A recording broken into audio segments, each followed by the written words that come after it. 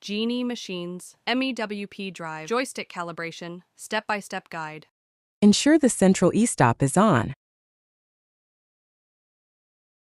Turn the ground key switch to platform control.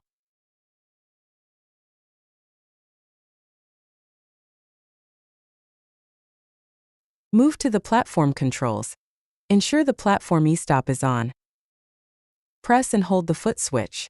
Power on the platform controls but do not start the engine. Now, fully press the drive joystick forward, while holding the foot switch for 10 to 15 seconds. Return the joystick to the neutral position and hold for 3 to 5 seconds. Next, push the joystick fully in reverse for 10 to 15 seconds. You should hear an alarm sound. This confirms successful drive joystick calibration.